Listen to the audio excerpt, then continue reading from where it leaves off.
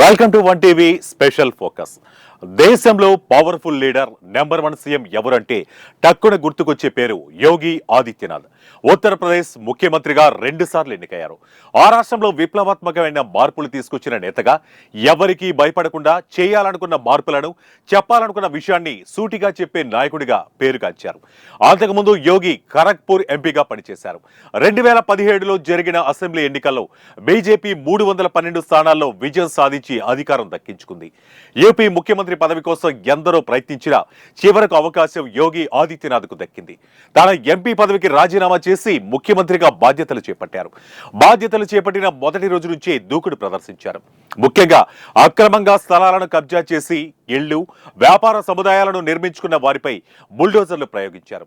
రేపిస్టుల ఇళ్లను కూల్చివేశారు. రాళ్ల దాడులకు పాల్పడిన వారిని ఇళ్లను నిర్దాక్షిణ్యంగా కూల్చేశారు.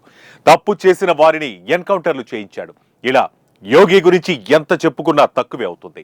దేశంలో డాషింగ్ సీఎంగా పేరు తెచ్చుకున్నారు. ఈ స్థాయిలో ఆయన పేరు తెచ్చుకోవడానికి దాదాపు 8 ఏళ్లు పట్టింది. కానీ AP deputy CM Pawan Kalyan ఒక్క ప్రెస్ మీట్ తో ఆ పేరును కొట్టేశారు. దేశానికి మరో యోగి దొరికాడని మీడియా కోడే కూస్తోంది. యోగికి పవన్ కు ఉన్న సిమిలర్ క్యారెక్టర్స్ ఏంటి? ఎందుకని పవన్ ను యోగితో పోలుస్తున్నారు? భవిష్యత్తులో యోగి పవన్ చెక్ పెడతారా?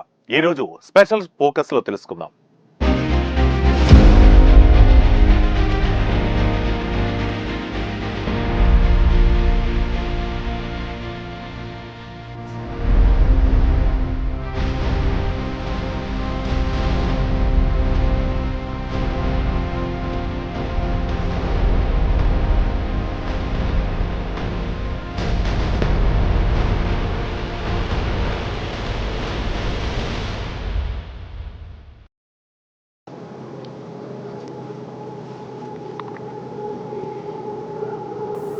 పవన్ కళ్యాణ్ 2014లో జనసేన పార్టీని స్థాపించినప్పటికీ ఫుల్ టైం పాలిటిక్స్ లోకి రాలేదు.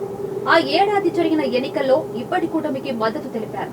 ఆ 5 ఏళ్లు పెద్దగా యాక్టివ్ గా లేకపోవడంతో పవన్ పై ఎన్నో విమర్శలు వెల్లువెత్తాయి.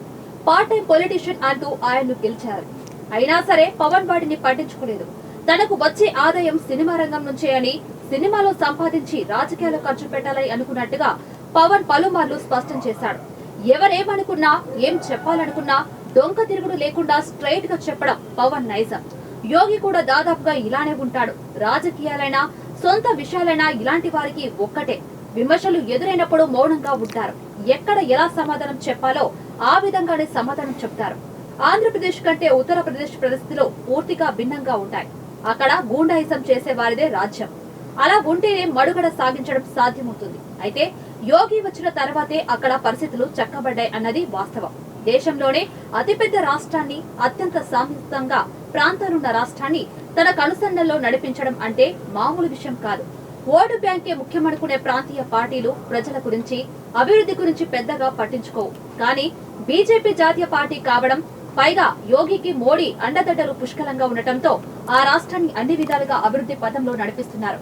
కాశీ కారిడార్ మొదలు అయోధ్య రామాలయం నిర్మాణం వరకు యోగి దూకుడును ప్రదర్శించాడు.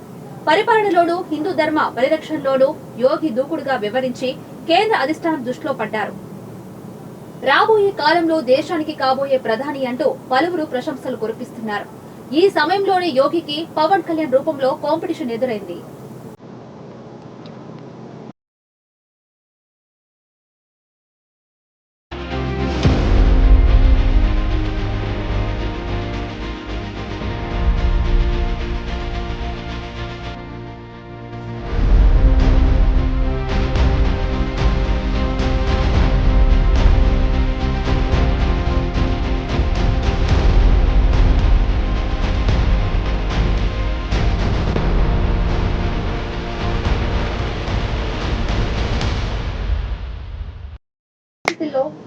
ఇప్పుడున్న పరిస్థితుల్లో ఇది కాంపిటీషన్ కాకపోవచ్చు. ఎందుకంటే పవన్ కళ్యాణ్ మాట్లాడింది తిరుమల లడ్డు వ్యవహారంపైనే కాబట్టి ఆ మాత్రం వేడి ఉంటుంది. ఆ స్థాయిలో స్ట్రాంగ్ కౌంటర్లు ఇవ్వకుంటే తిరుమలను తక్కువ చేసి మాట్లాడతారు. హిందూ ధర్మాన్ని తొక్కేందుకు ప్రయత్నిస్తారు. గత 5 ఏళ్ల కాలంలో ఏం జరిగిందో, ఏ స్థాయిలో హిందూ ధర్మం అవమానించబడిందో చూసాం. తిరుమల వెళ్లే టికెట్లపై అన్యమత ప్రచారానికి సంబంధించిన యాడ్లు ఉండటం గమనించాం.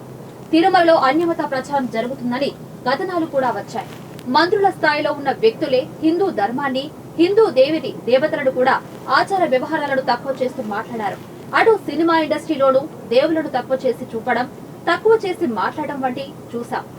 శ్రీ లలితాదేవి సర్వ సైన్యాధ్యక్షురాలు వారాహిదేవి పేరును పవన్ కళ్యాణ్ తన ప్రచార రథానికి పెట్టుకుంటే కొందరు నేతలు ఏమని మాట్లాడారో ఒక్కసారి మీరే వినండి. యుద్ధం చేయడానికి వ్యాన్లు కావాలా? రాజకీయాల్లో పోరాటం చేయడానికి వ్యానులతో అయిపోద్ది అనుకుంటే పెద్దోడి వ్యాన్ కొంటాడు నాలంటి వాళ్ళు. నేను ఒక వ్యాన్ కొనేసి నేను యుద్ధం చేయనంటే వ్యాన్కు డబ్బులు ఉన్నంత మాత్రాన వ్యాన్ కొన్నంత మాత్రాన యుద్ధం చేస్తున్నట్టు కాదు. సినిమాల్లో అయితే అన్నీ బాగుంటాయి. నేనేదో పొద్దున మీలాంటి విలేకరే నాకు లేదా నా పక్కన మీటింగ్లో ఒక ఆయన ఎవరో ఇంకా మీటింగ్ జగన్ గారు రాలేదు, మీటింగ్ ముందు అది చూపిస్తున్నాడు. ఆయన ఏంటంటే ఒక వీడియో వస్తుంది, ఇద్దరు ముగ్గురు సర్దార్జీలు ఆకుపచ్చ డ్రెస్ వేసుకుని నడుస్తుంటే నేను సినిమా టీజర్ ఏమో అని మామూలు దాన్ని ఏమంటారు గ్లింప్సెస్ అంటున్నారు కదా ఇప్పుడు కొత్తగా. ఆ సినిమా గ్లింప్స్ ఏమన్నా కొత్త సినిమాకి సంబంధించింది ఏదో అనుకుంటే ఏ సినిమా షూటింగ్ ఏదన్నా సినిమా కాదండి, అదేదో వ్యాన్. దానికి ఇంత ఊరేగింపు ఎందుకు? అటు ఇటు ఆకుపచ్చ మన మిలిటరీ డ్రెస్సులు వేసి నడిపించడం ఎందుకు? ఇవన్నీ ఎందుకు ఉంటాయా అని చెప్పానన్న. ఏమండి వ్యాన్కి ప్రొటెక్షనా? ఆయనకి ప్రొటెక్షన్ ఎందుకు? బాగానే ఉన్నారు కదా, తిడుతున్నారు మమ్మల్ని అందరినీ తిడుతున్నాడు. మేము రక్షణ ఇవ్వకుండానే వచ్చి వెళ్ళిపోతున్నాడు, వచ్చి మమ్మల్ని బూతులు తిట్టి వెళ్ళిపోతున్నాడా? కారు మీద ఎక్కి ఊరేగి వెళ్తున్నాడు ఆయన. అందరూ చూస్తున్నారుగా, కారు మీద ఎక్కి ఊరేగి వెళ్తున్నాడు. మమ్మల్ని వైఎస్ఆర్ కాంగ్రెస్ పార్టీలో ఉన్నాడు తిట్టి శుభ్రంగా మజాగా వెళ్ళిపోతున్నాడుగా. ఇంకా రక్షణ ఇంకేం నాకు అర్థం, ఇంకా అంతగానే ఇంకేం తిడదామని. వ్యాన్ కొన్నంత మాత్రాన వ్యాన్ ఉన్నాడు పెద్దోడు, డబ్బులుండి వ్యాన్ కొన్న పెద్దోళ్ళు యుద్ధం చేస్తాండి. ఇది మిలిటరీ అండి.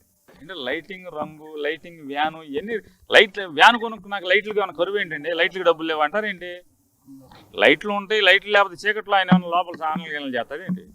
లోపల లైట్లు ఉంటాయి, పరుపు ఉంటుంది, అన్నీ ఉంటాయండి. దాని గురించి ఇబ్బంది ఏముంది? ఆయన మనకు చూపిస్తే ఈ నడక చూపించారు, రేపొద్దు లోపలికి కూడా చూపిస్తే మనకేమున్నాయి అర్థం అవుద్ది. రంగు ఏ రంగు, మిలిటరీ రంగు వేసుకోవచ్చా వేయకూడదా అవన్నీ దేవుడికి ఎరుక. ఆయన ఏం చెప్తారు మాటికి, నేను చట్టాలను గౌరవించే వ్యక్తిని, నేను లా అబైడింగ్ సిటిజన్ని, నేను అకౌంటబిలిటీ ఉన్న సిటిజన్ని అన్నీ అని చెప్పి మాట్లాడుతూ ఉంటారు ఆయన మాటికి. నాకు తెలియని విషయం లేదు, 1,00,000 పుస్తకాలు చదివానంటారు. ఆ 1,00,000 పుస్తకాలతో పాటుగా ఇంకొక పుస్తకం చదివితే బాగుంటుందని నా అభిప్రాయం. ఇండియన్ మోటార్ వెహికల్ యాక్ట్ అని చెప్పి ఒక యాక్ట్ ఉంది. 1,00,000 పుస్తకాలతో పాటుగా 1,00,000 ఒక్కో పుస్తకం ఇండియన్ మోటార్ వెహికల్ అనే యాక్ట్ పుస్తకం చదివితే ఆ పుస్తకంలో ఉంటుంది. ఆయన అందరికీ శుద్ధులు చెబుతూ ఉంటాడు, అందరికీ నీతులు చెబుతూ ఉంటాడు కదా. ఆ పుస్తకంలో చట్టం ప్రకారం ఏం చెబుతుందంటే మిలిటరీ గ్రీన్, ఆలివ్ గ్రీన్ అనే రంగు ఏ ప్రైవేట్ వ్యక్తులు వాళ్ళ సొంత వాహనాలకి వేసుకోకూడదు, నిషిద్ధం అని చెప్తుంది. ఏంటి యుద్ధం చేయడానికి వ్యాన్లు కావాలా? రాజకీయాల్లో పోరాటం చేయడానికి వ్యానులతో అయిపోద్ది అనుకుంటే పెద్దోడి వ్యాన్ కొంటాడు నాలంటి వాళ్ళు. నేను ఒక వ్యాన్ కొనేసి నేను యుద్ధం చేయనంటే ఏంటి యుద్ధం చేయడానికి వ్యాన్లు కావాలా? ఇప్పుడు పవన్ కళ్యాణ్ గారి ఎందుకు ఇంత చర్చ జరుగుతుందో నాకు అర్థం కాల. పవన్ కళ్యాణ్ గారు ఇదివరకు ఎన్టీ రామారావు గారు చైతన్య రథం మీద తిరిగారు. మేము కూడా ఎలక్షన్ వచ్చినప్పుడు ఒక వ్యాన్ చేయించినాం. ఆ వ్యాన్ మీద చక్కచక్క ప్రజల్లోకి వెళ్ళటానికి వీలుగా చేస్తాం. అది ప్రచారానికి మనకు పనికొచ్చే వాహనం. ఇది కేవలం ప్రచార వాహనమే, ప్రచారానికి ఆయనకి పనికొచ్చేది కాదు. ప్రచారం చేసుకోవడానికి కోసమే వాహనం పెట్టాడు. ఎందుకు సంవత్సరాల ముందు ఏదో ఏంటి వారాహీనో లేకపోతే ఏహీనో పెట్టారు ఒకటి, దానికి ఏదో అమ్మవారి పేరు పెట్టారు. అమ్మవారి పేరు పెట్టి దాన్ని వారాహి అని చెప్పేసి ఆయన చేయబెట్టుకు దిగాడు. ఏంటి నాకు అర్థం కాలేదు. ప్రతి ఎన్నికల్లోనూ ప్రజానాయకులు లేదా ప్రతిపక్ష నాయకులు తిరగడానికి వాహనాలు ఉంటాయి. రాజశేఖర రెడ్డి గారి వాహనం లేదా? రాజశేఖర రెడ్డి గారు కూడా ఎలక్షన్ల ముందు ఎలక్షన్లో వాహనం మీద ఎక్కి మాట్లాడారు కదా. అది అందరూ చేస్తున్నటువంటి విషయం. దానికి ఎంత ప్రచారం, ఇంత ఆర్భాటం చేసుకోవాల్సిన అవసరం లేదు. కాకపోతే మనకు కూడా అప్పుడప్పుడు స్పేస్ కావాలి కదా, జోకులు వేసుకోవడానికి పనికి వచ్చేటటువంటి వ్యవహారం తప్ప ఏదో జరుగుతూ ఉంటుంది. దాని గురించి పెద్దగా పట్టించుకోవాల్సిన అవసరం ఉందని నేను అనుకోను. ఎవరెవరు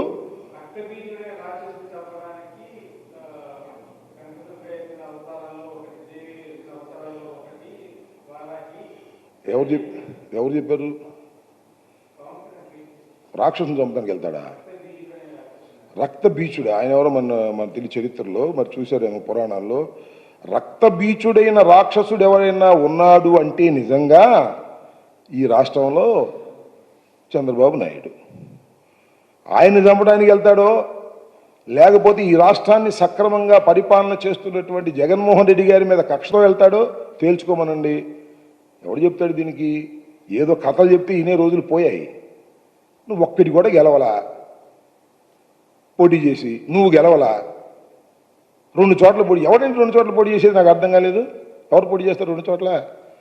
రాష్ట్రంలో అంతా మెజారిటీ వచ్చి నాది ఎక్కడ ఓడిపోతారేమోనని ఎవరన్నా 2 చోట్ల పోటీ చేస్తారు.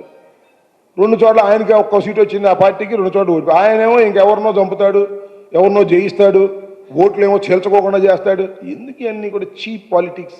నేను చెప్పాను, మీకు అర్థం కాలా. చాలా సందర్భాలు చెప్పా. అతను సినిమాల్లో హీరో, రాజకీయాల్లో పెద్ద జోకర్, హాస్య నటుడు. రాజకీయాల్లో మీరు నేను ఆడుకోవడానికి పనికి వచ్చేది. మీరు ఏ టీవీయో నాకు తెలియదు, మీరు ఏ టీవీయో నాకు తెలియదు. టీవీలో అప్పుడప్పుడు కాలక్షేపం కోసం ఆయన గురించి జోకులు వేసుకోవడానికి పనికి వచ్చేటటువంటి ఒక విచిత్ర వేషధారుడు పవన్ కళ్యాణ్, జనసేన. ఆయనకి వెనకాల ఒక సైకిల్ ఏది పడితే అది మాట్లాడతారు. ఇక్కడ ఏదో గోళ్ళ గులిస్తే దానికి ఏదో పెద్ద రాద్ధాంతం చేశారు. ఈనాడు ఆయన ఫ్రంట్ పేజీలు వేయటం, ఈయన వెళ్ళి వ్యాన్కి తిరగటం, ఏదో జోకులు, సీరియస్నెస్ లేని పాలిటిక్స్ చేసేటటువంటి, పనికిమాల రాజకీయాలు చేసేటటువంటి వ్యక్తి పవన్ కళ్యాణ్ గారు. పీకే గారు ఇలాంటి రకరకాల విన్యాసులు, రకరకాల పిచ్చి ట్వీట్లతో ఈరోజు ఏదో తను యుద్ధం చేసుకుంటున్నాను అనుకుంటున్నాడు. ఎవరి మీద యుద్ధం చేస్తున్నాడో ఒక క్లారిటీ లేకుండా పోయింది. ఫస్ట్ ఏమో ఆయనే ఒక ఫోటో తన వెహికల్తో పోస్ట్ చేశాడు, నేను నా వారాహి యుద్ధానికి రెడీ అని. అది వారాహియా నారాహియా అనేది ఈ రాష్ట్రంలో ఉన్న ప్రజలందరికీ తెలుసు. ఆ బండికి ఏ కలర్ ఉంది, ఆయన షర్ట్కి ఏ కలర్ ఉంది ఎవరు పట్టించుకోవటం లేదు. ఎందుకంటే ఆయన కలరు పసుపు అనేది ఈ రాష్ట్ర ప్రజలు పూర్తిగా అర్థం చేసుకున్నారు ఈ మధ్యకాలంలో. సో ఈరోజు ఒక స్పీకర్గా పనిచేసిన నాదెండ్ల మనోహర్ గారు ఈరోజు పవన్ కళ్యాణ్ గారు వెహికల్ని చూసి భయపడుతున్నాము అని చెప్పడం హాస్యాస్పదంగా ఉంది. పవన్ కళ్యాణ్కే భయపడని వాళ్ళు పవన్ కళ్యాణ్ వెహికల్ని చూసి ఎందుకు భయపడతారు? ఆయన ఏ వెహికల్లో వస్తే మాకేంటి, ఏ క్యారవాన్లో వస్తే మాకేంటి? 171 సీట్లు తన అజెండాతో గెలుచుకున్న జగన్మోహన్ రెడ్డి గారు 2 చోట్ల నించొని పార్టీ ప్రెసిడెంట్ అని చెప్పుకొని ఓడిపోయిన వ్యక్తిని చూసి ఎందుకు భయపడాలి? ఈరోజు మా నాయకుడు దమ్మున్న నాయకుడు. 175 ప్లేసుల్లో 175 మంది అభ్యర్థులను పెట్టడానికి సిద్ధంగా ఉన్న వ్యక్తి. కానీ మీకు 175 ప్లేసుల్లో అభ్యర్థులను పెట్టడానికి అభ్యర్థులు లేని వ్యక్తి. వారాహి యాత్రపై అప్పటి నేతలు ఎన్ని విమర్శలు చేసినా పవన్ కళ్యాణ్ పట్టించుకోలేదు. వారాహి గురించి అజ్ఞానంతో మాట్లాడారని లైట్ తీసుకున్నారు. ఎన్నికల ముందు కూడా వైనాట్ 175 అని, జనసేన పవన్ కళ్యాణ్ పోటీ చేసిన అన్ని స్థానాల్లోనూ ఓడిపోవడం ఖాయమని వైసీపీ నేతలు చెప్పినా పట్టించుకోకుండా తన పని తాను చేసుకుంటూ వెళ్లాడు. అంతేకాదు, రాష్ట్రంలో ప్రభుత్వ వ్యతిరేక ఓటు చీలకూడదని చెప్పి తెలుగుదేశం బీజేపీని ఒప్పించి కూటమిగా ఏర్పాటు చేయడంలో కీలక పాత్ర పోషించాడు. ఈ రోజు దేశంలో నరేంద్ర మోడీ ప్రభుత్వం అధికారంలో ఉందంటే దానికి కారణం ఆంధ్రప్రదేశ్లో పవన్ కళ్యాణే. ఆనాడు ఒప్పించి కూటమిని ఏర్పాటు చేయకుంటే ఈనాడు దేశంలో మోడీ ప్రభుత్వం ఇబ్బందులు పడేది. అధికారాన్ని సొంతం చేసుకోవడానికి అనేక పాట్లు పడాల్సి వచ్చేది. అందుకే ప్రధాని మోడీకి పవన్ కళ్యాణ్ అంటే అంతటి అభిమానం. ఏపీలో క్లీన్ స్వీప్ చేస్తామని అనుకున్న గతంలో కంటే సీట్లు సగానికి తగ్గిపోయాయి. కానీ ఏపీలో అలా కాదు. 25 ఎంపీ స్థానాలుండగా 21 చోట్ల కూటమి ప్రభుత్వం గెలుచుకుంది. ఈ 21 దేశంలో ఎన్డీఏ మళ్లీ అధికారంలోకి రావడానికి కారణమైంది. ఇప్పుడు మోదీకి బీజేపీకి కూడా యోగి కంటే పవన్ తోనే అవసరం ఎక్కువ.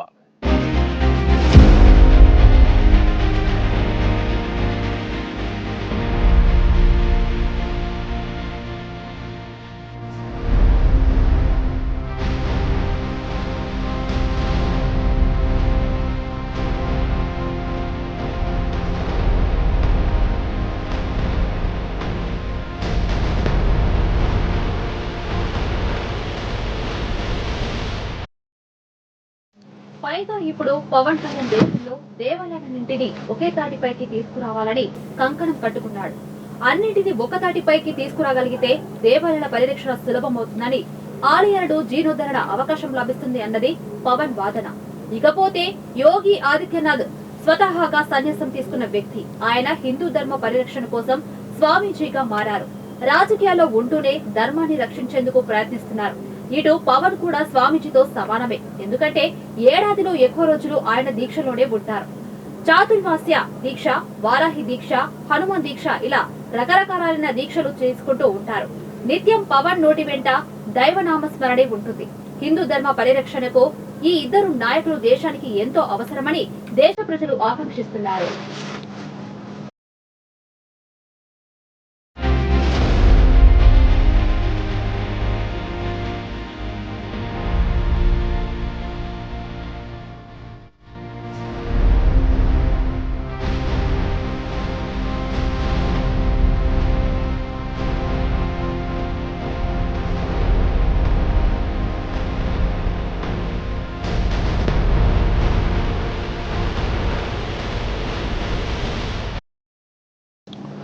సో ఇది ఇవాళ వన్ టీవీ స్పెషల్ ఫోకస్. మరో ఇంట్రెస్టింగ్ టాపిక్ తో మళ్ళీ కలుద్దాం. Until then keep watching one TV news. ప్రతిక్షణం ప్రజల పక్షం.